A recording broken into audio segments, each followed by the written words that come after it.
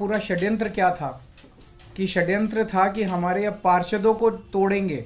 ये चुनाव, जैसा मैंने कहा कि पहले तो पूरी कोशिश करते हैं ईवीएम में धांधली कर दो, इसमें धांधली कर दो, किसी भी तरह से चुनाव जी अगर हार जाएं तो फिर ये काउंसलर्स को तोड़ना चालू कर देते हैं, एमएलएस को तोड़ना चालू कर देते हैं, सरकारें गिरानी चालू कर देते हैं, ईडी लगा देते हैं, सीबीआई लगा देते हैं, पैसे की गड्डियां फेंकते हैं उनकी तरफ, सब तरह से तोड़ने की कोशिश करते हैं। ये जनतंत्र थोड़ी है। इस चुनाव में 36 वोट थे टोटल,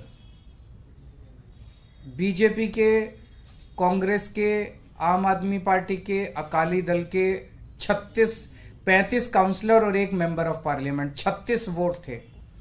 उन 36 वोट्स की काउंटिंग में बीजेपी वालों ने 8 वोट चोरी कर लिए, 25% वोट चोरी कर लिए 36 के अंदर।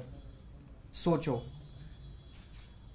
अभी कुछ दिन के बाद देश का बड़ा चुनाव होने वाला है, उसमें 90 करोड़ वोट हैं।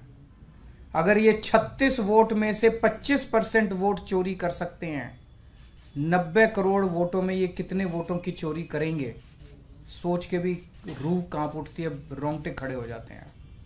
सुनते तो थे कि बीजेपी वाले गड़बड़ करते हैं, सुनते तो थे कि बीजेपी वाले बदमाशी करते हैं, वोटों की चोरी करते हैं, पर कभी कभी मन खराब थी कि चंडीगढ़ के चुनाव के वक्त सीसीटीवी कैमरे लगे हुए थे और सीसीटीवी कैमरों के अंदर इनका सारा का सारा रंगे हाथों ये लोग पकड़े गए, सारा इनका कुकर्म पकड़ा गया।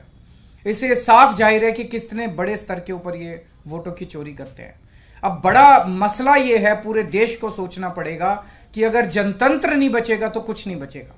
आज जितनी कॉन्फिडेंस के साथ ये कह रहे हैं 370 सीट आएंगी, 370 सीट आएंगी, एक तरह से देश के लोगों को चैलेंज कर रहे हैं ये लोग कि तुम्हारे वोट की जरूरत नहीं है हम लोगों को, हमारी तो आ रही है 370 सीट, तुम्हारे वोट की जरूरत नहीं है हम लोगों को, हमारी तो आ रही है 370 सीट। अगर उन्हें इतना कॉन्फिडेंस है 370 सीट का, कहां से आ रहा है ये कॉन्फिडेंस? कुछ तो गड़बड़ कर रखी है इन्होंने। और जिस देश, अगर किसी देश के अंदर चुनाव के पहले पार्टियां साफ साफ कहना चालू कर दे हमें वोट की जरूरत नहीं है, हमें लोगों की जरूरत नहीं है, उस देश के अंदर फिर जनतंत्र बहुत बड़ा खतरे में है। पूरे देश को मिलके 140 करोड़ लोगों को मिलके जनतंत्र को बचाना पड़ेगा। इससे ये भी साफ है ये लोग चुनाव जीतते नहीं हैं, ये लोग चुनाव चोरी करते हैं। आज ये पूरे प्रकरण ने, चंडीगढ़ के पूरे चुनाव ने इन लोगों को बेनकाब करके पूरे देश के अंदर बेनकाब कर दिया इन लोगों ने। दूध का दूध और पानी का पानी हो गया। मैं फिर से एक बार इंडिया गठबंधन को बहुत बहुत बधाई देता हूं और माननीय सुप्रीम कोर्ट को बहुत बहुत शुक्रिया अदा करता हूं। इंडिया गठबंधन, इसलिए हम सुप्रीम कोर्ट का बहुत बहुत शुक्रिया अदा करते हैं।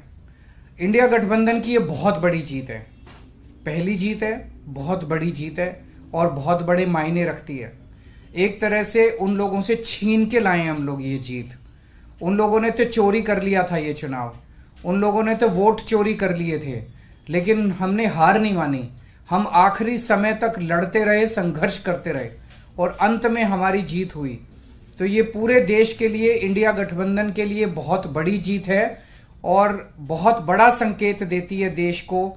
जो लोग कहते हैं कि बीजेपी को हराया नहीं जा सकता, बीजेपी को हराया जा सकता है, एकता से हराया जा सकता है, अच्छी प्लानिंग और स्ट्रेटेजी से हराया जा सकता है और मेहनत से हराया जा सकता है। ये इस चुनाव के नतीजों ने साबित कर दिया।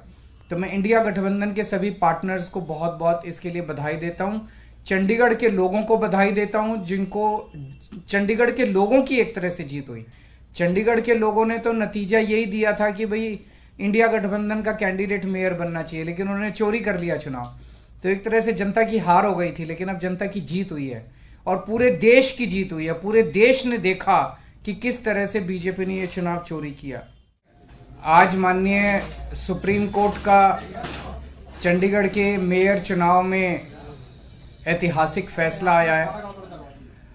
हम सब ने देखा कि किस तरह से चंडीगढ़ के चुनाव में साफ साफ था कि 20 वोट इंडिया गठबंधन के थे, 16 वोट बीजेपी के थे।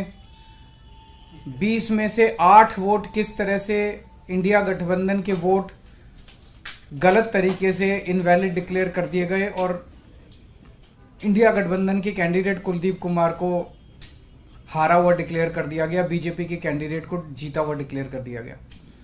मामला जब सुप्रीम कोर्ट में गया तो सुप्रीम कोर्ट ने बहुत जल्दी जल्दी सुनवाई करके, और आज जो पूरा जो प्रोसेस भी था, किस तरह से माननीय सुप्रीम कोर्ट ने सारे बैलेट पेपर मंगाए अपने पास, बैलेट पेपर खुद देखे और आज रिजल्ट डिक्लेयर कर दिया, ये मुझे लगता है कि भारतीय इतिहास के अंदर शायद पहली बार हुआ है। हम सुप्रीम कोर्ट का बहुत बहुत शुक्रिया अदा करते हैं कि इतने कठिन समय में आज जो देश के अंदर जो हालात हैं, पूरा डिक्टेटरशिप चल रही है, जनतंत्र को कुचला जा रहा है जगह जगह, सारे इंस्टीट्यूशंस जो हैं वो एक तरह से कुचले जा रहे हैं, रौंदे जा रहे हैं। ऐसे में सुप्रीम कोर्ट का ये जो फैसला है ये बहुत मायने रखता है जनतंत्र के लिए, और जनतंत्र को बचाने के लिए ये सुप्रीम कोर्ट का फैसला बहुत अहम है।